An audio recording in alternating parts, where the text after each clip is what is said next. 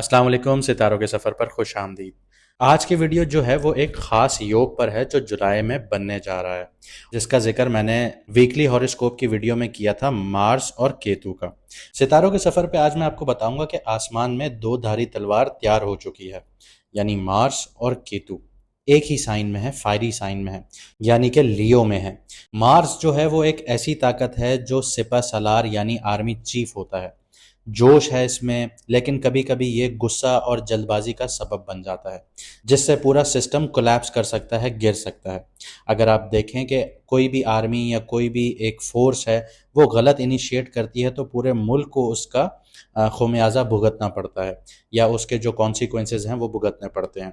दूसरी तरफ जो केतु है वो राज है, पुराने कर्मों का असर दिखाता है, इंसान को अकेले सफर पर लेके जाता है, बिना वजह के इंसान को दुनिया से गुम कर देता है। मतलब ये कि मजबूरी की हालात में ऐसे फैसले करवा देता है कि इंसान अपनों से दूर हो जाता है। कुछ ऐसी खसलतें अल्लाह पाक ने मार्स और केतु में रखी हुई हैं। अब अगर इनके योग की बात करूं तो 12 तारीख से ऑनवर्ड्स, 12 जुलाई से ऑनवर्ड्स मार्स जो है वो केतु के करीब जाना शुरू करेगा, लेकिन 22 तारीख को वो बिल्कुल उसके साथ आ जाएगा और ये 10 अगस्त तक इसके असरात नज़र आएंगे आप लोगों को। मार्स और केतु एक ही डिग्री पर मिलने जा रहे हैं, जो एक ऐसी आग को भड़काएंगे जो ना सिर्फ अंदर से जला सकती है बल्कि बाहर से भी तबाही मचा सकती है। और सोने पर सुहागा ये होगा कि जब मार्स जो है वो सातवीं नज़र राहु के साथ बना लेगा, तो ये ऐसी सिचुएशंस बना देता है कि इंसान हवा में तीर तो चला रहा है लेकिन वो तीर आग वाले हैं जिनकी कोई डायरेक्शंस नहीं है। ऐसा माहौल क्रिएट कर देंगे कि अपनों में पराये नज़र आना शुरू हो जाएंगे, बहुत ज़्यादा गुस्सा एग्रेशन नज़र आएगा, तो सोच समझ कर चलना पड़ेगा। इस वीडियो में मैं आपको दुनिया के ऊपर क्या होने वाला है, क्या असरात आने वाले हैं इस योग के, उसके बारे में बताऊंगा और ये भी बताऊंगा कि आपके बुर्ज, आपकी राशि पर इसका क्या असर होगा। किसी के लिए ये वक्त इम्तिहान भरा हो सकता है और किसी के लिए नई मंजिल, नए रास्ते खुल सकते हैं। आपके लिए ये योग क्या लेकर आ रहा है, ये जानने के लिए वीडियो को आखिर तक ज़रूर देखिएगा, क्योंकि मैडम एस्ट्रोलॉजर एन बख्श की अनथक मेहनत का नतीजा है, उनकी रिसर्च है जो मैं आपके सामने रखता हूँ। तो मैडम एस्ट्रोलॉजर एन बख्श ने इसकी रेमेडीज़ भी बताई हैं, वो मैं आपको वीडियो के आखिर में बताऊंगा। तो वो आपके लिए बहुत ज़्यादा ज़रूरी होगा, सदके उपाय जो हैं वो आपको बहुत ज़रूरी करने होंगे, वरना आपके अंदर भी एक एग्रेशन आपको बहुत ज़्यादा देखने को मिल सकता है। अगर आप नए हैं इस चैनल पर तो सब्सक्राइब करना मत भूलिएगा। जिन लोगों को अपना मून साइन नहीं पता वो कमेंट सेक्शन में अपनी ओरिजिनल या असली डेट ऑफ बर्थ लिखें तो हम आपको आपका मून साइन बता देंगे। हमारी हर वीडियो जो होती है वो मून साइन से होती है, और जो आपके सवाल हैं कि मून साइन या सन साइन में डिफरेंस क्या होता है, उसके ऊपर भी बहुत जल्दी वीडियो आएगी। इसके अलावा अगर आपकी ज़िंदगी में इश्यूज चल रहे हैं, चाहे प्यार से रिलेटेड, कारोबार से रिलेटेड, करियर से रिलेटेड या फिर फैमिली से रिलेटेड हैं, तो आप व्हाट्सएप पर मैसेज करके अपॉइंटमेंट बुक करवा सकते हैं और मैडम एस्ट्रोलॉजर एन बख्श की रहनुमाई हासिल कर सकते हैं। अब देखते हैं कि ये योग दुनिया पर क्या असर डालेगा। तो सबसे पहले बात करते हैं ग्लोबल प्रिडिक्शंस की, लेकिन इससे पहले मैं आपको ये बताता हूं कि मैडम एस्ट्रोलॉजर एन बख्श ने 16 नवंबर को एक प्रिडिक्शन दी थी। उसकी वीडियो भी हमारे चैनल पर लगी हुई है, आप जाके देख सकते हैं। उसमें मैडम एस्ट्रोलॉजर एन बख्श ने यह बताया था कि अमेरिका के लिए ये साल तूफानी आफतों का होगा, जबकि हमने ये देखा कि लॉस एंजलिस में आग लगी जो 23,000 एकड़ पर फैल गई और 29 लोगों की जान उसमें गई। इसी तरह अभी टेक्सास में बहुत ज़्यादा फ्लड्स आए हुए हैं जिसकी वजह से 79 लोगों की जान जा चुकी है। ये मैडम एस्ट्रोलॉजर एन बख्श की प्रेडिक्शन थी, जो अल्लाह पाक ने उनकी इज्जत रखी और वो प्रूव हुई। हालांकि अफसोस है हमें इंसानी जानों का, लेकिन जो कुदरती आफात हैं उनके बारे में मैडम ने बताया। लेकिन अब हम आपको बताते हैं कि जो ये योग बना है केतु और मार्स का, और मार्स राहु को देख रहा है, सैटर्न उल्टा हो रहा है, तो इसके असरात दुनिया पर क्या होने जा रहे हैं। सबसे पहले बात करते हैं जंग की और तनाव की, यानी कॉन्फ्लिक्ट्स की, क्योंकि मार्स और जो केतु का योग है वो एक कॉन्फ्लिक्ट जोन क्रिएट करता है। तो साउथ एशिया की बात करें तो इंडिया, पाकिस्तान और चाइना का जो एक्सेस है उस पर बॉर्डर्स पर कॉन्फ्लिक्ट्स देखने को मिल सकती हैं, टेंशन्स बढ़ सकती हैं। खास तौर पर कश्मीर और लद्दाख का जो एरिया है ये बहुत सेंसिटिव रहेगा। मिडल ईस्ट की बात करूं तो ईरान इजराइल का जो मुआहदा हुआ है उसमें तनाव भरी सिचुएशंस क्रिएट होंगी और डिप्लोमेटिक क्राइसिस देखने को मिल सकती हैं। और अगर ये क्राइसिस उभरे तो यूएसए के लिए बहुत ज़्यादा बैकलैश का सामना होगा, स्पेशली ट्रम्प साहब के लिए, क्योंकि ट्रम्प की जो ये डील थी, ट्रम्प ने जो ट्वीट किया था कि बैकडोर डिप्लोमेसी के थ्रू हमने ईरान और इसराइल की जंग बंद करवा दी 60 दिनों के लिए, तो ये माहिदा टूट भी सकता है, अचानक से स्ट्राइक आ सकती है, क्योंकि यहाँ पे गुप्त जो दुश्मन हैं वो उभर सकते हैं। अब सऊदी अरब या यूएई की बात करूं तो इनकी जो लीडरशिप है या जो इनकी रॉयल फैमिली है, उसमें कोई नाखुशगवार न्यूज़ आ सकती है, कोई हेल्थ से रिलेटेड इश्यूज आ सकते हैं, या फिर आपको डी थ्रोन होते हुए भी कोई नजर आएगा। आगे बढ़ते हैं, यूक्रेन और रशिया की बात करते हैं तो दोबारा से कॉन्फ्लिक्ट बढ़ने के चांसेस हैं, नेटो या बेलारूस भी इन्वॉल्व हो सकता है यहाँ पे। यूएसए के ऊपर प्रेडिक्शंस दूं तो अंदरूनी फसादात देखने को मिल सकते हैं, रेस यानी ब्लैक वाइट का, या फिर पॉलिटिकल जो पॉलिसीज हैं उनकी वजह से सिविल अनरेस्ट देखने को मिल सकता है। आगे बढ़ते हैं, पावर्स और लीडरशिप में जो है वो क्राइसिस देखने को मिलेगा। इंडिया की बात करूं तो सरकार पर प्रेशर या मिनिस्ट्रियल चेंजेस आपको देखने को मिलेंगे। अपनी जो रूलिंग पार्टी है इंडिया की, उसमें आपको अंदर से ही क्रैक्स नजर आएंगे, अंदर से ही अपनी पार्टी के खिलाफ बोलना शुरू कर दिया जाएगा। पाकिस्तान में बात करूं तो आर्मी और सिविलियंस लीडरशिप्स के दरमियान फ्रिक्शंस पैदा हो जाएंगी। इसके अलावा ईरान और इसराइल की बात करूं तो पॉलिटिकल या हेल्थ इश्यूज की वजह से लीडरशिप क्राइसिस देखने को मिल सकते हैं। रशिया और सऊदी अरेबिया की बात हो तो अंदरूनी हलचल या डिप्लोमेटिक कोलैप्स देखने को मिलेगा। डिप्लोमेटिक जो डील्स हुई हुई हैं, जो बैकडोर चैनल से डील्स हुई हुई होती हैं, वो टूटती हुई नजर आएंगी। अब कुदरती आफातों की बात करें तो मैडम एन बख्श ने, जैसे मैंने आपको बताया कि 2024 नवंबर 16 नवंबर को जो प्रिडिक्शंस दी थी अमेरिका के बारे में कि कुदरती आफात उधर बहुत आएंगी, तो दुनिया ने देखा कि जनवरी में लॉस एंजलिस में बहुत बड़ी आग लगी जो 23,000 एकड़ पर लगी। इसके अलावा अभी जो करंट में आप वीडियो देख रहे हैं, इसी के साथ साथ आप गूगल पे जाके सर्च कर सकते हैं कि टेक्सास में फ्लड्स आए हुए हैं, जिसकी वजह से 79 लोग अपनी जान से हाथ धो बैठे हैं। तो ये कुदरती आफातें चल रही हैं, लेकिन जुलाई और अगस्त का जो महीना है ये बहुत खतरनाक साबित होगा। यहाँ पे अर्थक्वेक बहुत ज़्यादा देखने को मिलेंगे दुनिया में, फ्लड्स बहुत ज़्यादा देखने को मिलेंगी और ख़तरनाक फायर इरप्शंस होंगी, जंगलात में आग बहुत लगेंगी। जो इनके अफेक्टेड एरियाज होंगे वो Japan, Nepal, Indonesia, Türkiye, California, Australia, Bangladesh, China, ये सारी कंट्रीज अफेक्ट हो सकती हैं। अब बात करते हैं मार्केट की, मईशत की भी बात कर लेते हैं कि ये जो योग है मईशत पे क्या असर डालेगा।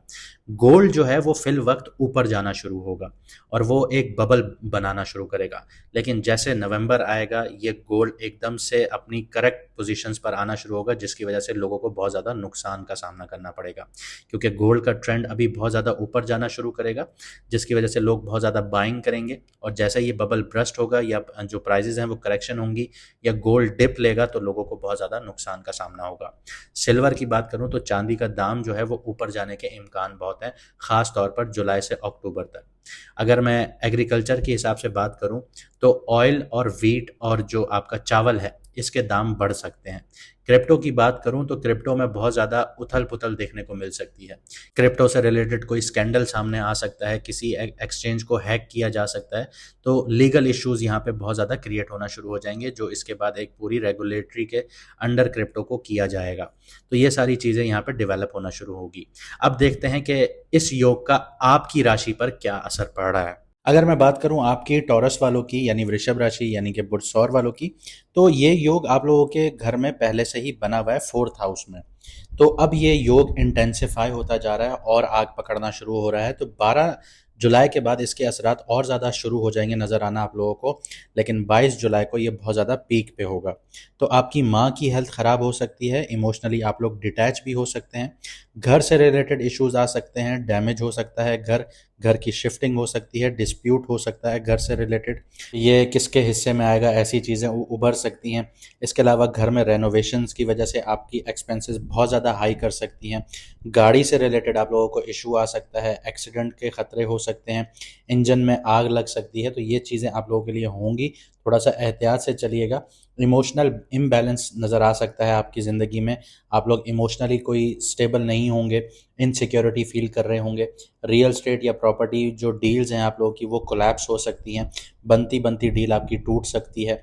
लीगल इश्यूज़ या इनहेरिटेंस के जो इश्यूज़ हैं, प्रॉपर्टी के इश्यूज़ हैं, उनका सामना करना पड़ सकता है आप लोगों को। बैठे बैठे पैनिक अटैक्स देखने को मिल सकते हैं, क्योंकि दिमाग बहुत ज़्यादा तेज़ चल रहा होगा और कुछ समझ नहीं आ रही होगी, क्योंकि जो मार्स की नेचर है वो तलवार उठा के चल पड़ता है और केतु है वो डायरेक्शन लेस है, तो हवा में तलवारें चल रही होंगी तो दिमाग भी इसी तरह चल रहा होगा, जिसकी वजह से आपकी नींद भी डिस्टर्ब हो जाएगी। इंटरनल बहुत गुस्से में होंगे, घर के इन्वायरमेंट में वो अगर आपने जो गुस्सा है शो कर दिया तो आपके लिए घर का इन्वायरमेंट बहुत ज़्यादा ख़राब हो जाएगा। तो थोड़ा देखभाल के चलिएगा। अब बात करते हैं कि रेमेडीज़ या सदक़े या उपाय आप लोगों को क्या करना चाहिए। हर ट्यूसडे या फ्राइडे वाले दिन अगर आप साहिब इस्तिताअत हैं तो 1.5 किलो गोश्त सदका या दान करें। अगर आप गोश्त नहीं ले सकते, लाल गोश्त, तो लाल मसूर की दाल गरीबों को दान करें, सदका करें। इसके अलावा खून जो है, ब्लड, उसकी डोनेशन कीजिए। ये आपकी सेहत भी बेहतर करेगा और आपके अंदर जो एग्रेशन है उसको भी कम करेगा।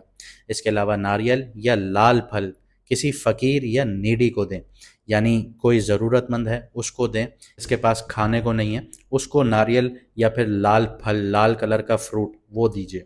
और अपनी नीयत जो है वो ये रखिए कि या अल्लाह मेरे गुस्से, मेरी हरारत और बेसब्री को रहमत में तब्दील फरमा दे। इसके अलावा केतु के लिए मैं आपको अगर रेमेडी बताऊं तो रोज़ाना 10 से 15 मिनट तन्हा टाइम गुजारिए, सिर्फ अल्लाह का जिक्र कीजिए। सूरह कहाफ हर जुमेरात की रात या फ्राइडे वाले दिन पढ़िए। अगर पढ़ नहीं सकते तो सुनिए, ये आपके कन्फ्यूजन या इल्यूजन्स जो हैं उनको दूर करने में मददगार साबित होगी। इसके अलावा हर उस शख्स की मदद कीजिए जो स्पेशली डिसेबल्ड है या माजूर है। अगर उसका हाथ नहीं है, उसकी आंखें नहीं हैं, तो उसकी मदद कीजिए। ये केतु का सदका है और आपकी नीयत ये होनी चाहिए कि या अल्लाह मुझे जो समझ नहीं आ रहा उसमें नूर दे, रास्ता दिखा मुझे। इसके अलावा किसी मस्जिद, मदरसे या जो भी आपकी रिलीजियस जगहें हैं उनमें सफाई का सामान डोनेट कीजिए, सदका कीजिए, दान कीजिए। ये मार्स और केतु की जो नेगेटिविटीज़ हैं उनको दूर करने के लिए बहुत ज़्यादा ज़रूरी है। इसके अलावा अपनी माँ या अपने फादर के पैर धोकर उनसे दुआ लें। अगर आपके अंदर बहुत ज़्यादा ईगो डेवलप हो रहा है या घर के अंदर बहुत ज़्यादा मसले हो रहे हैं तो ये आपके लिए रेमेडी बहुत ज़्यादा ज़रूरी है, क्योंकि यहाँ पे जो मार्स और केतु का योग बन रहा है वो ईगो के घर में बन रहा है, आपके सन के साइन में बन रहा है, लियो में बन रहा है, तो आपका ईगो यहाँ पे टूटना शुरू हो जाएगा। इसके अलावा अगर मार्स की एनर्जीज को आपने सही करना है तो किसी ऐसे मर्द को, यंग मेल को, जो जवान लड़का होता है, और ऐसा लड़का होना चाहिए जो स्ट्रगलिंग फेज में हो, जिसके पास नौकरी ना हो और फाइनेंशियली वो बहुत वीक हो, उसकी मदद करें। या तो उसको जॉब अपॉर्चुनिटी दीजिए या फिर फाइनेंशियली उसकी हेल्प करें। ये आपके लिए बहुत ज़्यादा फ़ायदेमंद है अगर आप मार्स की एनर्जीज़ को ठीक करना चाहते हैं। अगर आप किसी से नाराज़ हैं तो माफ़ कर देना आपके लिए बहुत बेहतर है। ये अमल शुरू कीजिए। ये मार्स और केतु की जो फायर नेचर है उसको साइलेंट करने में आपकी मदद करेगा। अगर मैं आपको छोटी सी समरी दे दूं तो लाल दाल का सदका, किसी भी थैलेसीमिया सेंटर जाके ब्लड को डोनेट कीजिए, माँ बाप की खिदमत कीजिए, स्पेशली बाप की कीजिए, किसी लड़के को नौकरी या उसकी फाइनेंशियल हेल्प कीजिए जो अपने स्ट्रगलिंग जोन में है। इसके अलावा किसी माजूर की हेल्प कीजिए। इसके अलावा मस्जिद, मदरसे या जो आपका टेम्पल है या जहाँ पे आप इबादत करते हैं वहाँ पे जाके सफाई का जो सामान है वो दान कीजिए, सदका कीजिए, ये आपके लिए बेहतर होगा। इसके अलावा हर जुमेरात या जुम्मे के दिन आप लोग सूरह कहाफ को सुनिए या पढ़िए।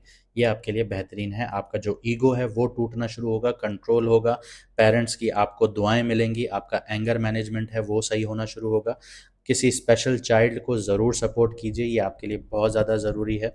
और अगर आप नज़र से बचना चाहते हैं तो सूरह नास, सूरह फलक का जो विर्द है वो करते रहिए। तो ये थी आज की वीडियो। उम्मीद करता हूँ आपको पसंद आई होगी और आप इन चीज़ों पर अमल करेंगे जो मैंने आपको बताया, और जो प्रेडिक्शंस मैडम एस्ट्रोलॉजर एन बख्श ने आपको बताई उन पर गौर कीजिएगा। आपको दुनिया में ये शिफ्ट्स होते हुए नज़र आएंगे। मुझे दीजिए इजाज़त, मिलते हैं अगली वीडियो में सितारों के सफ़र पर।